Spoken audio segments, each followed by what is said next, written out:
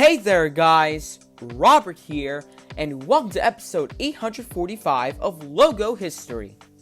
For this episode, we're going to have a look at Century 21 Department Store, Mario Party, and Boards of Canada.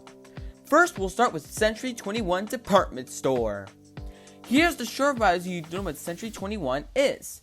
It is an American chain of department stores that was founded in 1961 by Sonny Gindy and Al Gindy. Their headquarters are in New York City, New York. Its key person is Raymond Gindy, CEO. It is owned by the Gindy family.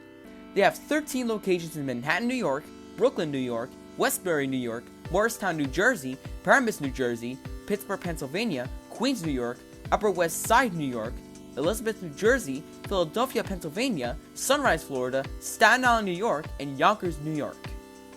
Their website is c21stores.com. So, Century 21. This is the department stores, though. It's not to be confused with the real estate, in which I'll do next month. You'll see when I release the August 2020 calendar. Anyways, all stores are now open for business. Check below for temporary hours of operation. Sonia by Sonia Morgan. The Real Housewives of New York City star Sonia Morgan debuts her latest collection. The sale of the century. Take an extra 65% off of Red Dot styles, up to 85% off in total savings. Soak up the sun, up to 65% off. Our latest collection of sunshine staples, Nanette, Lepore, Dress the Population, Bobo, ALC, and more. Shop dresses. And, wow, this is, pretty fashionable. Yeah, fashionable stuff here. Let's just go back to this episode, shall we? And now, without further ado, let's get started. 1961 to the present, there are the words Century 21 in red script. Next, we move on to Mario Party. Here's the short bio so you don't know what Mario Party is. It is a party video game series that was created by Kenji Kikuchi. Their first release was Mario Party, released on December 18th, 1998.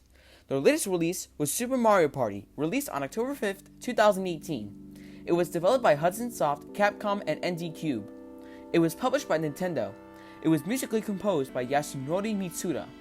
It can only be on the Nintendo 64, GameCube, Game Boy Advance, Wii, Nintendo DS, Nintendo 3DS, Wii U, and Nintendo Switch. And now, without further ado, let's get started.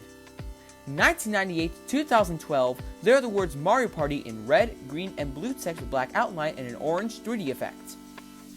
2012 to the present, there are the words Mario Party in red, orange, yellow, chartreuse, green, turquoise, cyan, blue, purple, and pink text with white outline and a cyan and blue 3D effect. And finally, we'll move on to Boards of Canada. Here's the short bio so you don't know what Boards of Canada is. They are a Scottish electronic music duo that was formed in 1986 and they have been active since then. The duo consists of Mike Sanderson and Marcus Yoin.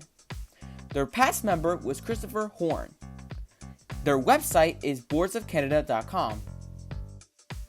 Okay, so this is Boards of Canada, a Scottish electronic music duo comprised of brothers Mike Sanderson and Marcus Yoin. I hope I'm saying it right. I was introduced to Boards of Canada because there was a track on deadmau5's first album, Get Scraped, called Board of Canada, named after, the electronic duo Boards of Canada. And ever since I found that out, I kind of, listened to some of their music. And, let's just go check out their discography, shall we? I'm only going to focus on 4 of these albums, because 4 of these albums are actually their studio albums. So let's start with their debut album, Music Has the Right to Children. I think this is a really good album, but the 2 most notably awesome good tracks off of there are Aquarius and Roy G. Biv. Yeah, I like those tracks, actually. Next is Geo Gaddy. Great tracks, tracks like 1969 and Julie and Candy, I think that's what it's called, right? Isn't there a track on Geo Gaddy called Julie and Candy?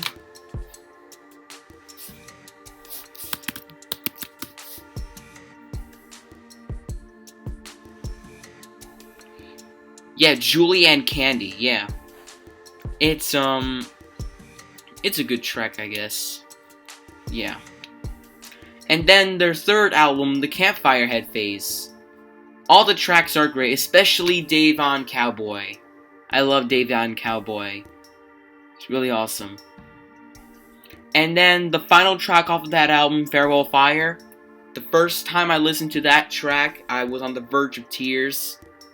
The second time I listened to it, I cried hysterically. Yeah, it's such an emotional song. I don't know why the Wonky Angle said that it's not an effective way to end the album. I actually really liked the track for how emotional it is. And the Campfire and, Farewell Fire made me, want to be outside more. And then this is their latest album, released in 2013, called Tomorrow's Harvest.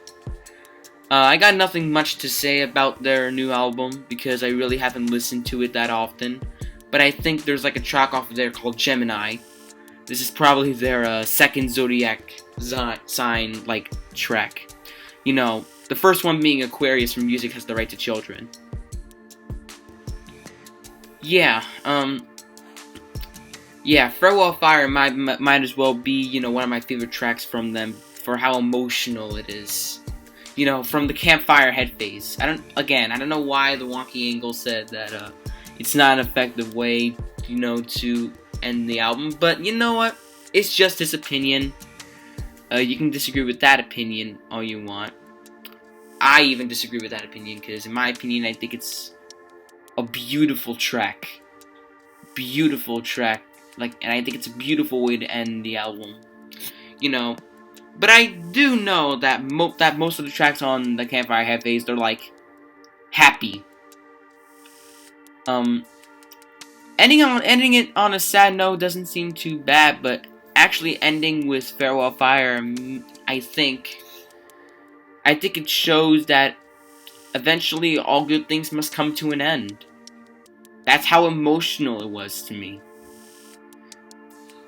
I'm not talking about the rest of their albums on their so-called discography, because, most of them shown here are EPs, and 4 of them are studio albums. I wanted to go over their studio albums. Yeah, I really don't listen to their EPs all that much.